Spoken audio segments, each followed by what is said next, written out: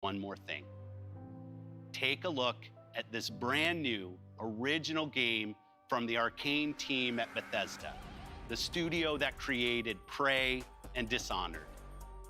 Arcane created something new for them, an open world immersive shooter that you can play alone or with your friends. And like Starfield, this game will be an Xbox exclusive.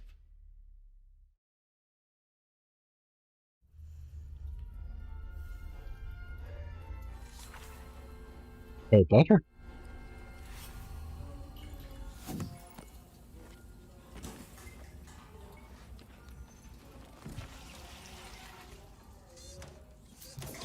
Eita porra, que jogo é esse? Pobre bribón. I'm gonna have to take you apart again. Hey Dev, anything interesting? Yes, exist too. Tangible, 25 centimeters, dramatically elongated. Go on, make yourself useful.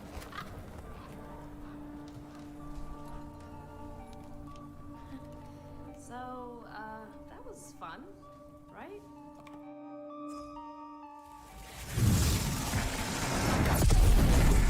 That's your cue, mate. Sleep tight. You know what this reminds me of? My time in the Himalayas. Betty's later, Dad.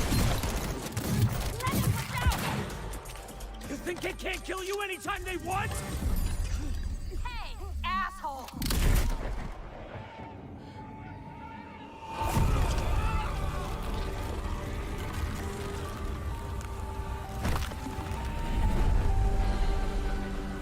What the fuck, mano?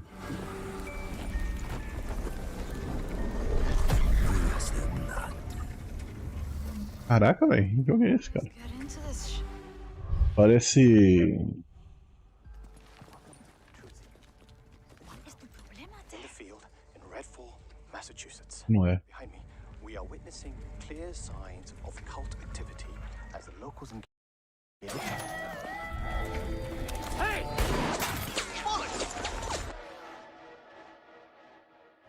Really hope the video was worth it. Everybody, fall back! People need to know what happened. Layla, with me! Get me on the roof now! Thank you, Layla. You're the best. Oh, Jacob, don't even mention it. Robin! Now or never!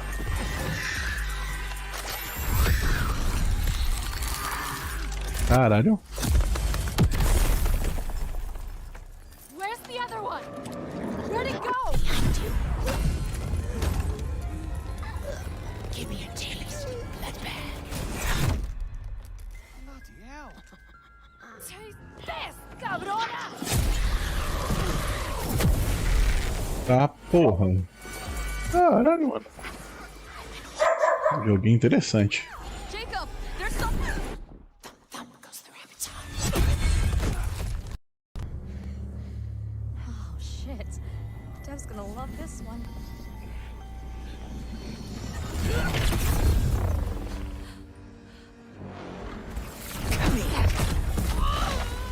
You better have a plan, Jacob. Yep. Don't miss. Don't touch me! Look! A new one! Primo, peleate! Go, go!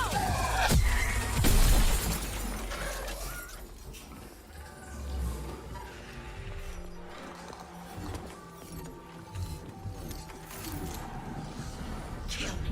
End me. You can't break the blood trance. It's only just begun.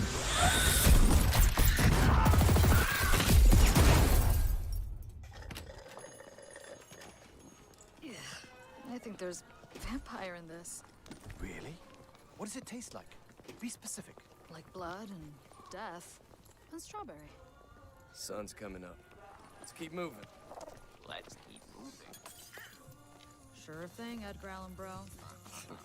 That's a good one. Do you think things will ever go back to normal? Would you want to go back to normal? Not if I still have to pay my student loans.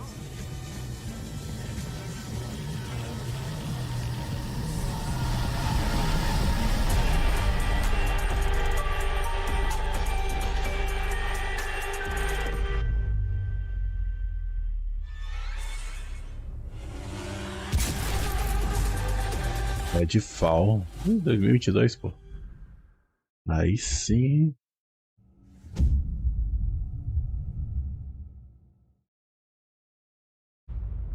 If there is wonder, that place in our dreams,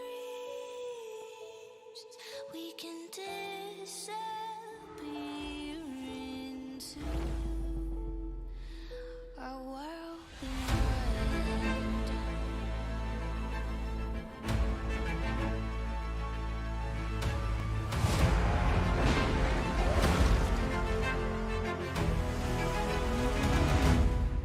Bring me that horizon. If we can imagine and watch it grow, we can fall into the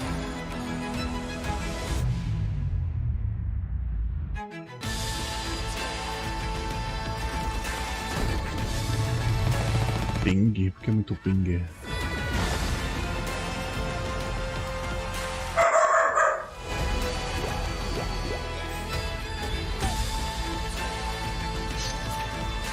Caralho, rodou um Ragnarok ali.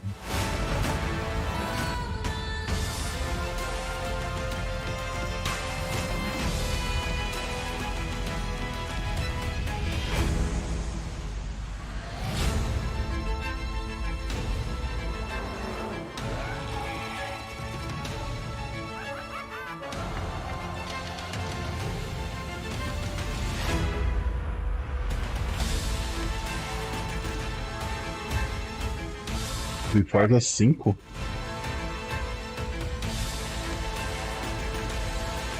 Diablo 4! a world beyond.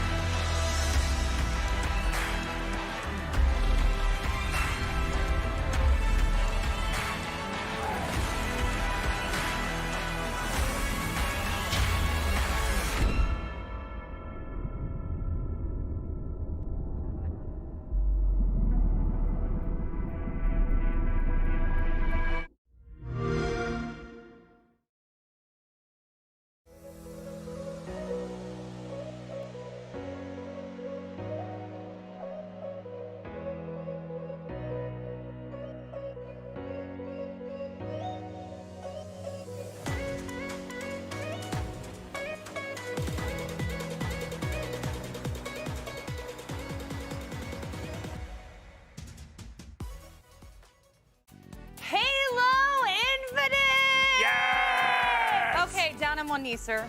Okay, yes. Down on one knee. Yes. Spartan. Yes. Stand. Oh, wow. Woo! I just got knighted. Okay. Yes. I'm all about that. I was like, if we're gonna talk about Halo, we gotta like bring it, okay? I'm down. That was amazing. Plasma sword of Yeah. Top to bottom, 10 out of 10. Put it in my veins. Do it again. Run it back. I don't know, but that was awesome. I think that's like what that was like the perfect mix of like just a few informative little bits, but what gamers love is just trailer after trailer, hit after hit. I mean, really, there were a lot of great games that they had announced. It's insane. I love your enthusiasm right now. I don't even know where to start either. We got to see a little bit of the story. There's new AI. I loved her personality. I thought that she was absolutely adorable. Yeah, for Halo Infinite, it was. I mean, I think like Halo Infinite, we knew that it was going to come, right? Yeah. It was a game that was supposed to release last year. It had, I guess a really lukewarm response visually, and then Xbox just hits it out of the park. You know, they did such a great job, and then also showing off multiplayer like that. That looked like big team battle, and I love big team battle. Oh. So I'm all about that. And yeah, it was really, really well done. When we got to multiplayer, you were definitely like head over heels. You were Yes. like, I am here for this, all the nostalgia feels.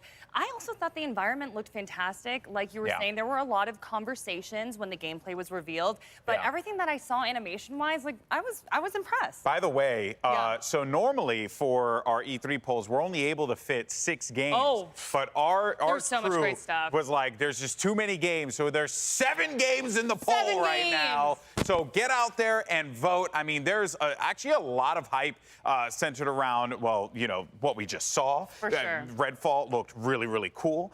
Stalker 2 looked incredible. We got a Psychonauts 2 release date. It's just, Psychonauts. there's so much to talk about. Where do you want to start? I know we talked about Halo. Where do you want to go from here? To be honest, Redfall, I'm Yeah. all about a sexy, violent vampire. When he showed up, I was just like, okay, I'm here for it. And all the villains, I was totally blown away.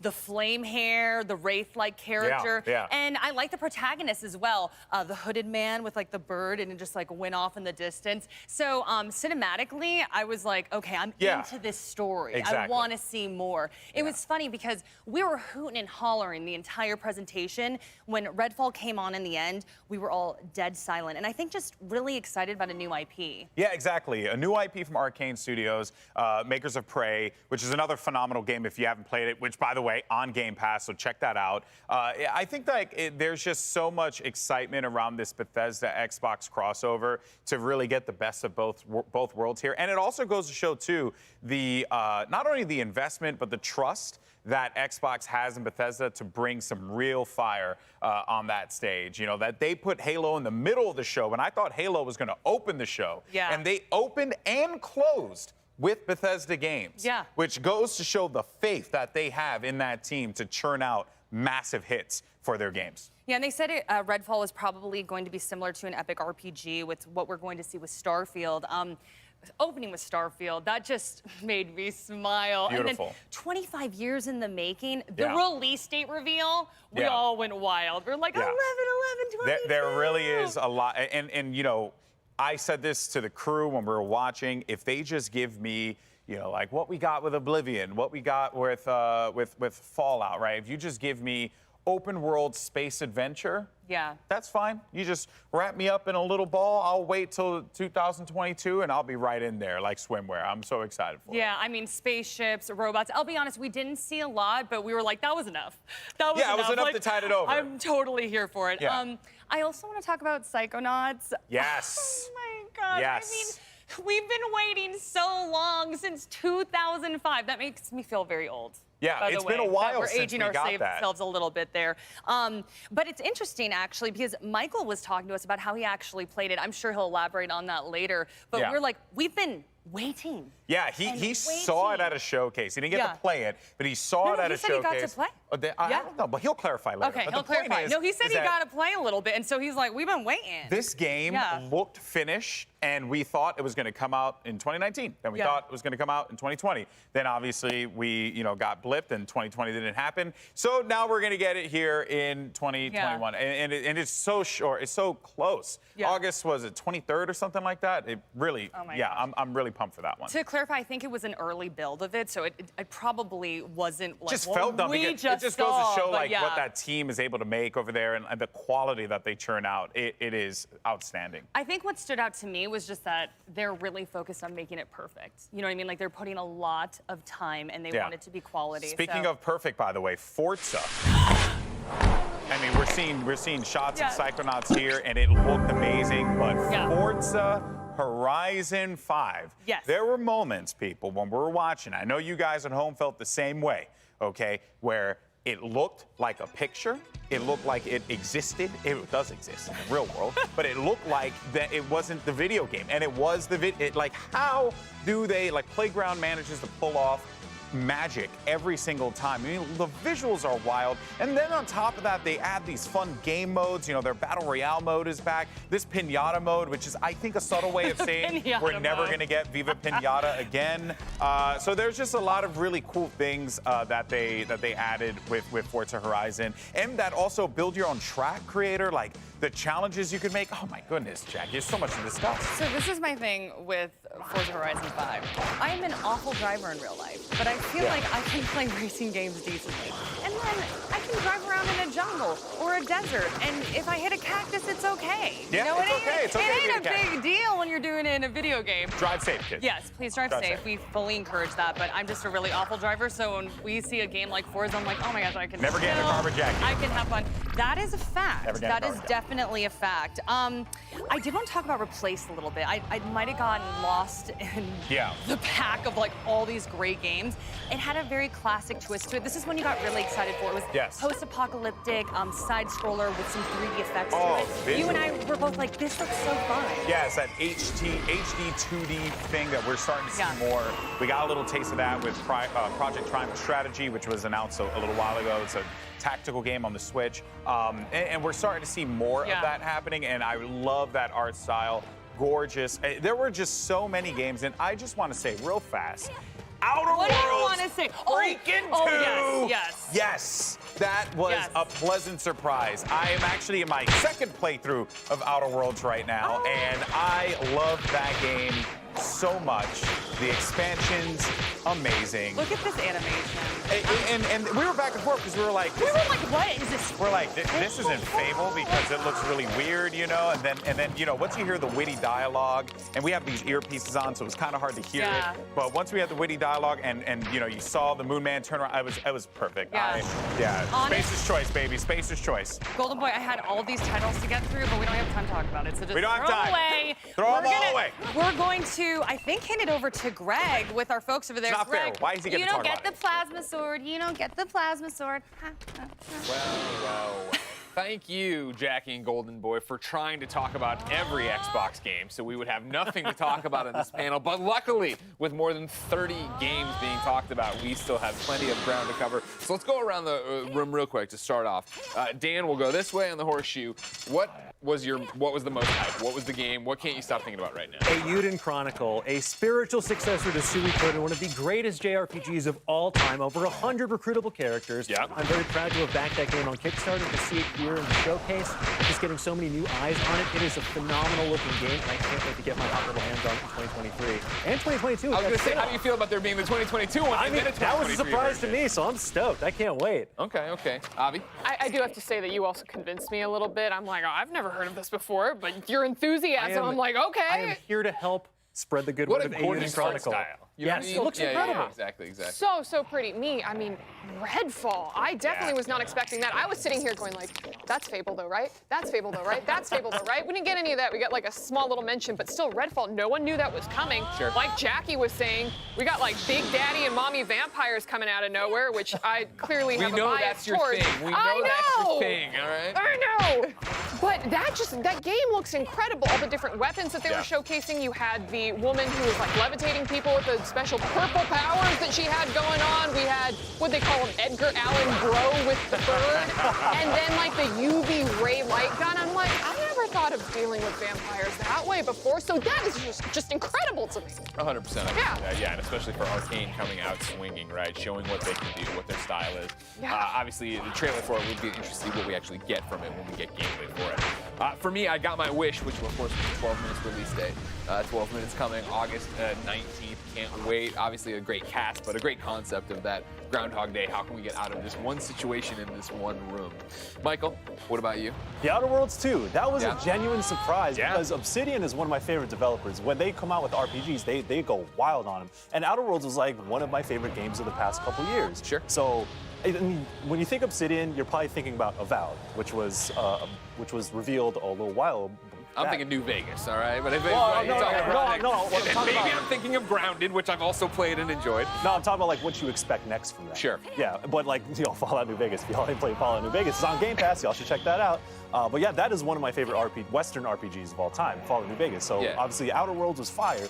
Outer Worlds 2, that was like completely unexpected. So I think that element of surprise is sometimes what we miss during gaming conventions. Sure. And that's what they brought with Outer Worlds 2. Well, especially with what we're talking about coming off the year 2020 was, right? Yes. Where so many things got delayed, slipped, there's been so many leaks. Like, yeah, E3 is about those surprises, about this kind of thing. So the fact that we're able to do it and just put it up there, right? Just show you the trailer and be like, there's no gameplay, there's no gameplay. It's all good. And real quick, while we're on this trailer, was everybody else's vibe, were you ready for it to turn into Fable at any second? I know it's not traditional Fable, obviously, from the gameplay, but the inherent humor they were doing. Exactly. It was the narrator and starting off, because I know the Fable trailer that we kind of got last year was like a little fairy going through the forest. And I'm like, that's the forest. That's the forest. We're going in. And then it's like, and then you got here. Yeah, exactly. Yeah. We weren't sure where we were going to end up with that one. Damon, you had your mention of Perfect Dark. I mentioned, yeah. What about it stands out though? What about Perfect Dark? No, about Xbox E3. I'd probably, can you guess what I would pick? I'm sure It was replaced. Yeah. For a gaming game, amazing pixel art. I love a good 2D cinematic platformer or brawler, whatever it ends up being. But that game definitely caught my eye. Yeah, great art style, right? And that was another one going through, like, is this last night? What are we talking, like, where are we at? What game is this? And then have it come out and be something new. That was great, yeah. To refresh, that was the one where it was the family with the dog. No, that was Somerville. That's I also like that. Somerville, I'm all Okay. about. Somerville, I'm all about. That was former Playdead developers, so Limbo, Inside. Yeah, that's that. I missed that. Like, Jump ship, okay. Excited, but then at the same time, the dog kept disappearing, so I'm going, can my heart take it if the dog disappears? But when you got like weird purple javelins coming down from aliens, that dog ain't making it in at least one playthrough. I'm sure there's a happy ending, I'm sure. The whole family makes it through, but I don't think you have to worry about that overall.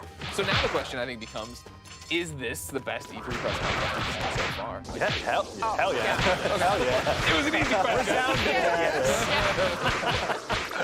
Yeah, I think Xbox really came out and delivered on this. Yeah, and like Bethesda did too, because you start with Starfield, which, we actually saw something from Starfield and a release date and all that. And it's also going to be like a full next-gen game.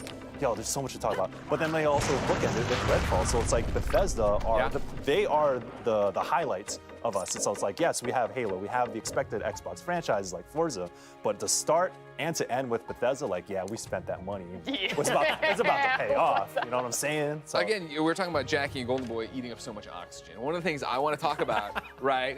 They just yak. Let's talk about all the big games. But there are so many things we haven't even touched on. Again, with more than 30 titles. Something that stood out for me that I wasn't expecting was the Sea of Thieves crossover with Pirates of the Caribbean.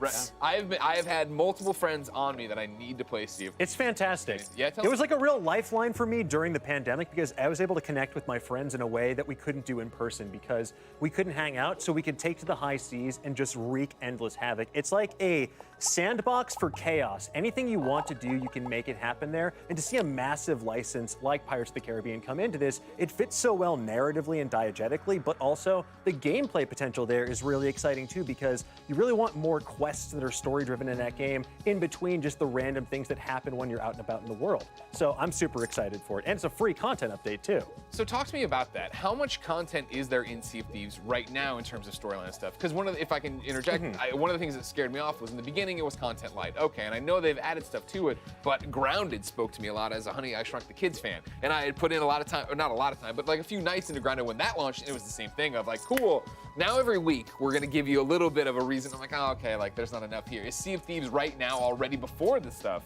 content complete in a way that's like... I would say yes. I think that there is enough content to satisfy you at this point. It really depends on what you want to do. If you're the kind of person that likes to really grind out reputation and unlock achievements and things like that, you can do that. You can grind it out with all these different sort of daily quests, but there's enough tall tales and other quests you can do where you get that narrative in there. But I'm excited to see how this brings in a very purposeful narrative in a more structured way than what you already have in there, because for so many players, they've already reached the end game. They are pirate legends. This will give them a reason to set sail on the high seas once more. Of course, yeah. And then the presentation and the production value of Disney having on it. Yeah, right, yeah.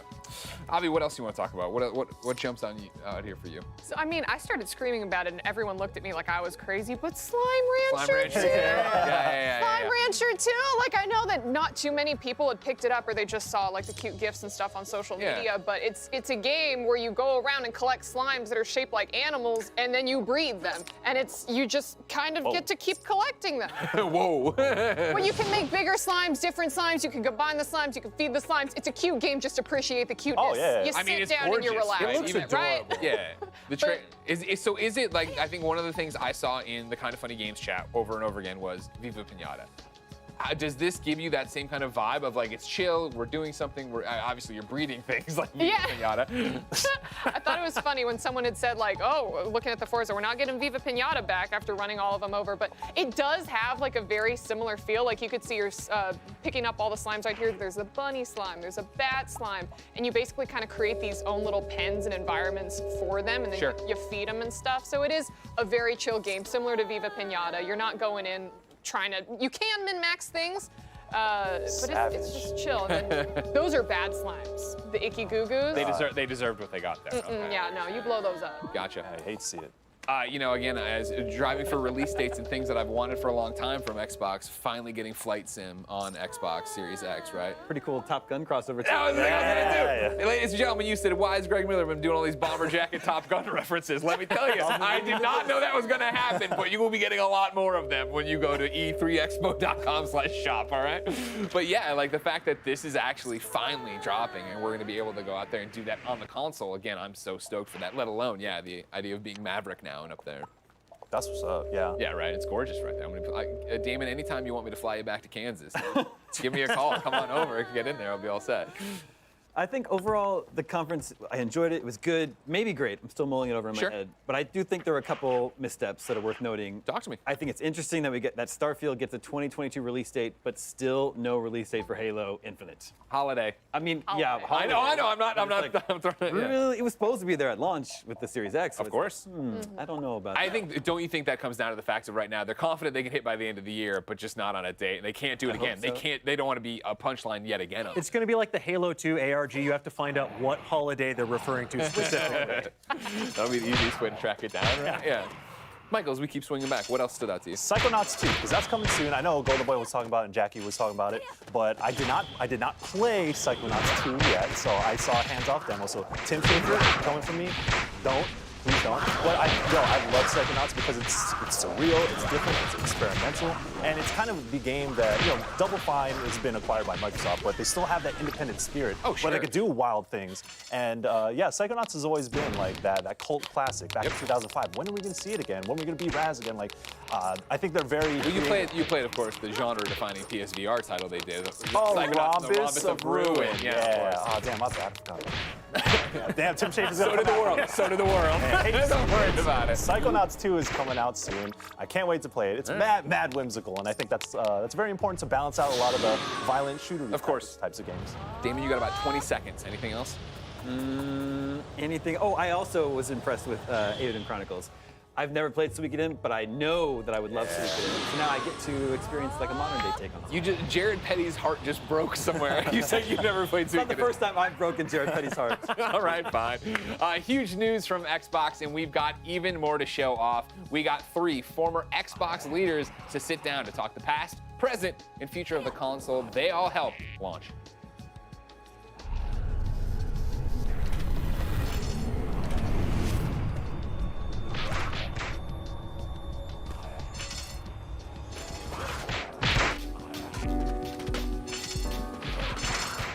Hello E3, this is Dean Takahashi. I'm the lead writer for GamesBeat at VentureBeat. I've been covering games for about 24 years, and I have also covered tech for about 30 years. And so that means I was around when the original Xbox launched, and had the opportunity to write a couple of books on the Xbox business. The first one was Opening the Xbox. And I'm very pleased to have this panel of sort of a reunion of Xbox leaders here. And I'm going to have them introduce themselves as well. Let's start with Shane Kim. So I'm Shane Kim. I spent 20 years at Microsoft, and most of that time, thankfully, was spent in the Xbox business. In fact, I joined the games business with Ed. Got to participate in an incredible time in the Xbox history with the launch of Xbox and the Xbox 360, where we really competed pretty fiercely with Sony and had some great times, including the launch of Halo 3 in 2007. So really great to be here. And Robbie Bach. Hey everybody, my name's Robbie Bach. Like Shane, I was at Microsoft for a little over 20 years. I spent some time in the office business and then moved over to the consumer area in 1997 and joined Ed and Shane working on the PC games business. And then when Xbox got started, there was a guy named Rick Thompson who was going to run it, and Rick decided to leave Microsoft, so suddenly I was Chief Xbox Officer. 2010, I left Microsoft, but it's great to be back with my pals at E3. Great, and Ed Freeze. Yeah, I'm Ed Freeze. Like these guys, I was at the company about 20 years, starting in the mid-'80s, and took over the games business mid-'90s with Shane, and we grew it as much as we could on the PC side, and then this crazy Xbox project came along that we all did our best to make happen, and still betting on the games business. Absolutely, love the game business.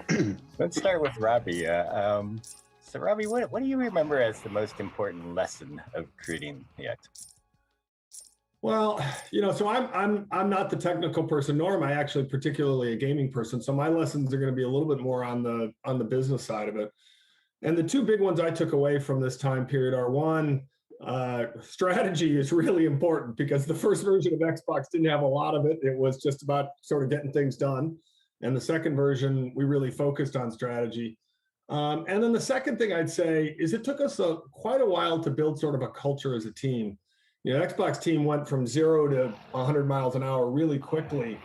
And so we hired a lot of people, and there was a lot of incredible individual talent and not a lot of good team work at the beginning.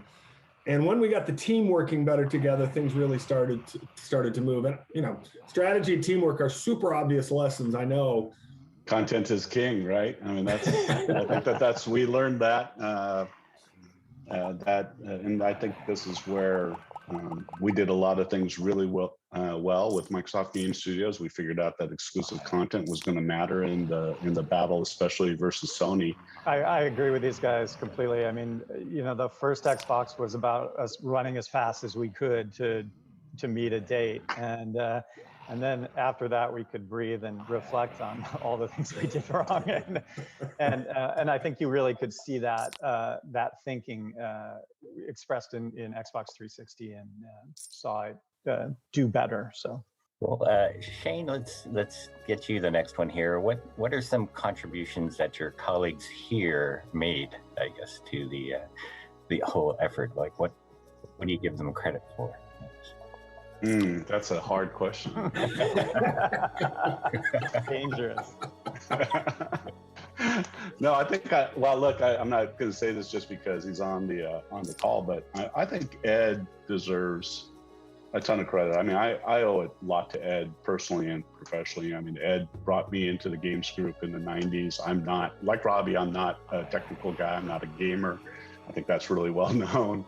And Ed gave me a chance, first starting on the business side and then on the content side, which led, I think, to a lot of fun and success for me personally. Ed was one of those guys who really drove at home, and you know, he first had the vision for Microsoft becoming a bigger player in games.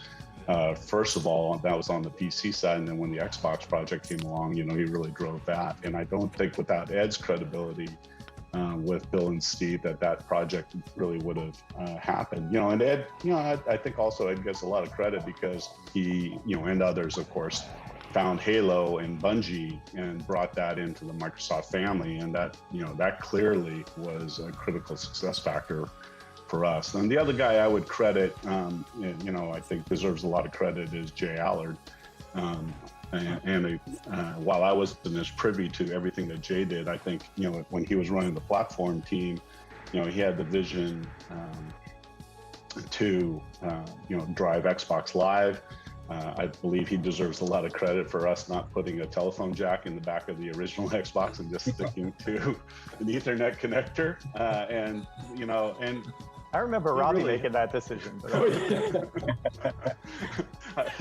And you know, and then Robbie, of course, deserves kudos because, you know, just getting the project off the ground in the first place is what I remember the most. Everything else that happened after that, we were committed to it. So we worked through a lot of problems, obviously, and learned a lot as we went along the way, but just getting it done, these two guys deserve a ton of credit. Well, God, that hurt. I think that this project, to be successful, needed so many different expertise, and so yeah, I came with kind of a product, making something technical background and a passion for games, but I had never run a business before, and without Shane, there's no way that we would have grown the game business, from the mid-90s like we did. I mean, so many different things had to come together in a short amount of time to make this happen. So it was really a team effort. Dean, I was talking with Phil Spencer in email the other day, and he said sometimes he get asked who was the father of Xbox, and the answer you just heard is the right answer. There was just a really interesting collection of people as a team, and they weren't actually particularly alike. Figuring out how we worked, to the thing I said before, as a team, was super important, and everybody got to play key roles at key times. I know it sounds sort of cliche, but it's actually how it played out, and Shane and Ed absolutely played those key roles as they described. So now we've pissed off everybody whose name we haven't mentioned, right? But one person that comes to mind, I'm going to save all you guys here with this answer, but the one person who comes to mind is having the vision for this and to actually get it off the ground. I have this admiration now for Bill Gates, being willing to lose something like maybe $4 billion on the first Xbox,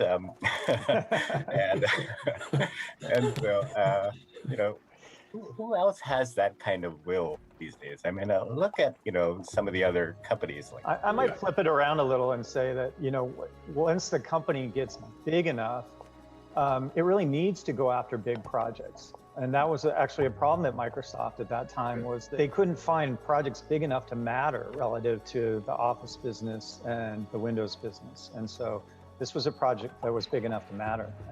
Robbie could probably talk to this better than I could, but. No, you're spot on, Ed. And I actually think both Bill and Steve, look, there were other people in the first 2 or 3 years of Xbox, senior leaders inside the company, who wanted to kill it. That's not new news, right? We were losing a lot of money. On every project at Microsoft, by the way. Yeah, exactly. We were losing a lot of money. Wall Street wasn't happy about it. People thought Microsoft was crazy being hardware. But Bill and Steve, once they got on board at the beginning, were incredibly steadfast about it. And to Ed's point, I think it was the fact that it was so big, it was a chance to break through. I'd also add, and I think it's different today when you look at the company of Microsoft in 2021 versus 2000, but it's important to remember back then, I've always thought that Microsoft was a platform company, particularly then, and we fought very hard to establish platforms like Windows and like Office. And we looked at the Xbox business opportunity as another one of those platform wars. That Sony, if you remember, had incredible success with the PlayStation 2. And I think a large part of the company strategy was we just could not cede the home territory to Sony unfettered without competing in that space. And that's why, another reason why I believe, Bill, Steve, and the company were willing to make that investment, because we just needed to go compete with Sony. Good. I think you're all back in good standing with Bill Gates now, so we'll move on. So Ed, did you see particular challenges that were totally surprising to you, or challenges that maybe were just underestimated at the very beginning? Yeah, I mean, I think we were all super naive, which is kind of a good thing, I think, when you're going into a project. If you knew all the troubles you were going to have and how difficult it would be, you probably would never do anything. But yeah, I think the biggest thing was that we had never made a console game, right? And now we're going to make a console and a whole lineup of console games in less than 2 years. I mean, it was super, super ambitious. And fortunately, we had a near infinite amount of resources. So you'd think that would make it possible to do the impossible, but it just made it somewhat possible, I guess. We made a bunch of bets, and one in particular really came through with Halo. The hardware barely came together in time, as I remember it. And there were a lot of moving pieces that just kind of had to come together. And I think actually, when you take the net of it, we did pretty well on that first launch. Like, there were challenges everywhere. I mean, we didn't have a supply chain. We didn't have a real retail sales force. We didn't have an operations team. Our best hardware at that point was a Microsoft mouse. We had some PC games, but no console games. Xbox Live didn't exist. Broadband was just...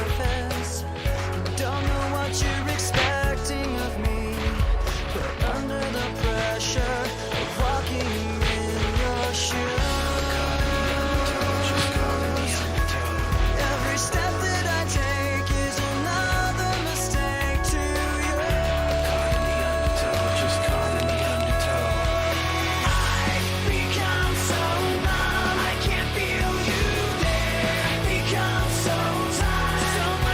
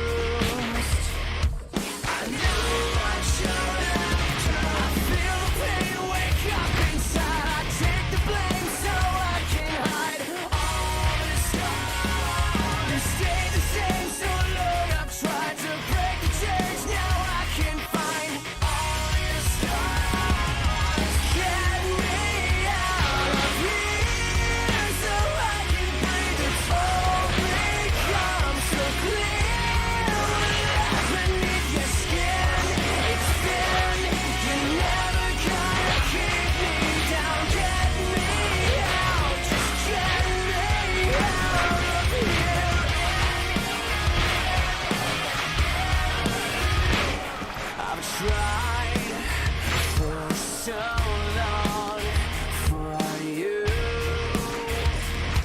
I knew what you're after. Your lies still unknown, but true.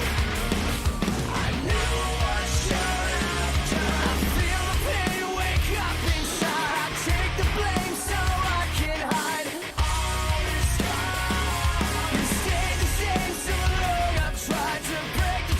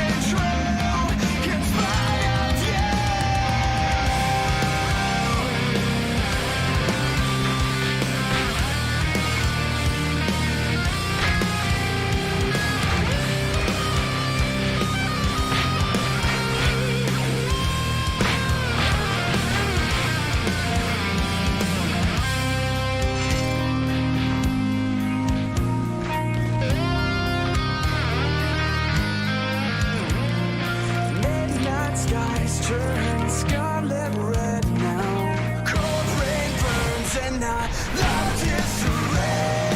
Life is a bullet aimed at my face. Cover my eyes and fire away.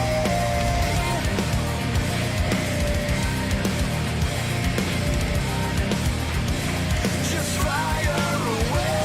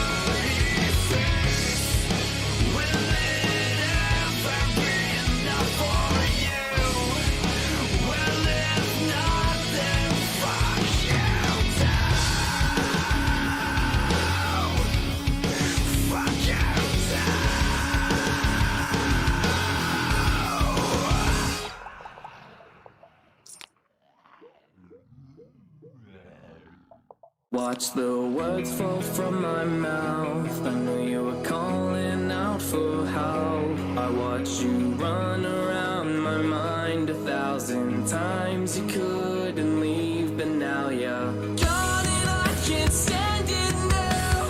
Trying to think just to have it all been the same, and if it didn't break, then I know we'd be different. Do you hate when I miss? Do you toss and turn? Do you lie to yourself? Do I let go? When I get caught up in your name, I know there's no room for doubt. So now I'll asphyxiate, and I'll find my way out. I said, you're breaking me. The sound reckless, no room for me to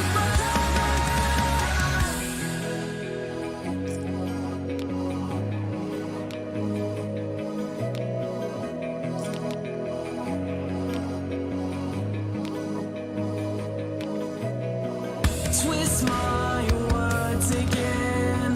Call me a liar, but it's your fault. You break your part again, trying to hold this to what it was, to what it was. When I get caught up in the name, I know there's no room for doubt. So now I'll asphyxiate, and I'll find my way out. I said, you're breaking me. The sound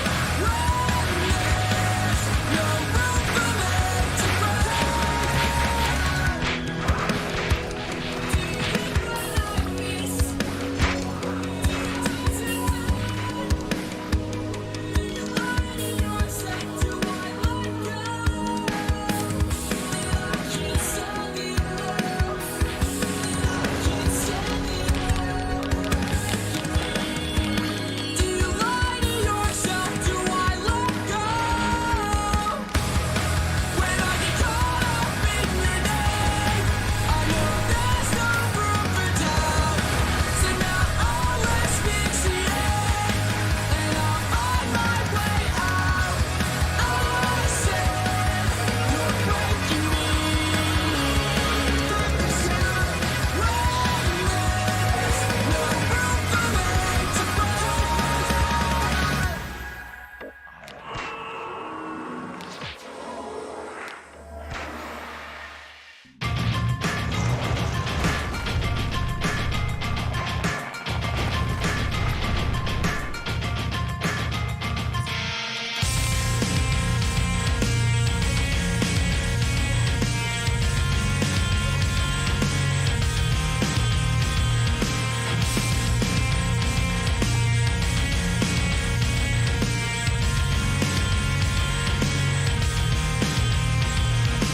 wait, is this real? It's hard to take in the suffering, drowned by a dream.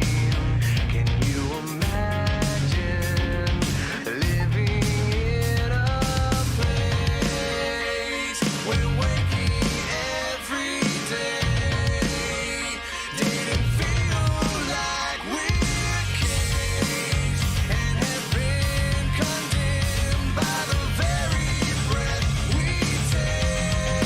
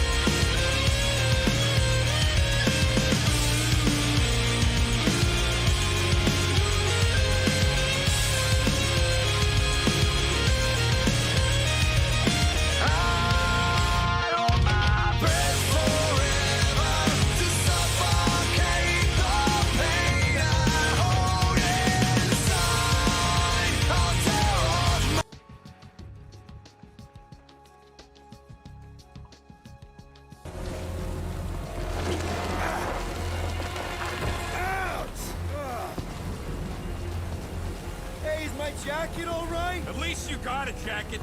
Some of us are soaking here. Less whining, more walking. Hey, Stormlord, we ain't seriously walking through this. Eita porra. Stop complaining. The hardship will strengthen your spirit. I face more than enough hardship. Thank you very much. You are welcome, Feeble One. We got this. Just don't fall and we'll be fine. Don't fall. Whoa! Whoa!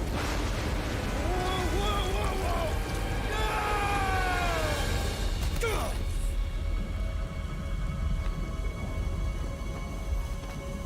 Everyone okay? We should have gone to Maku 4.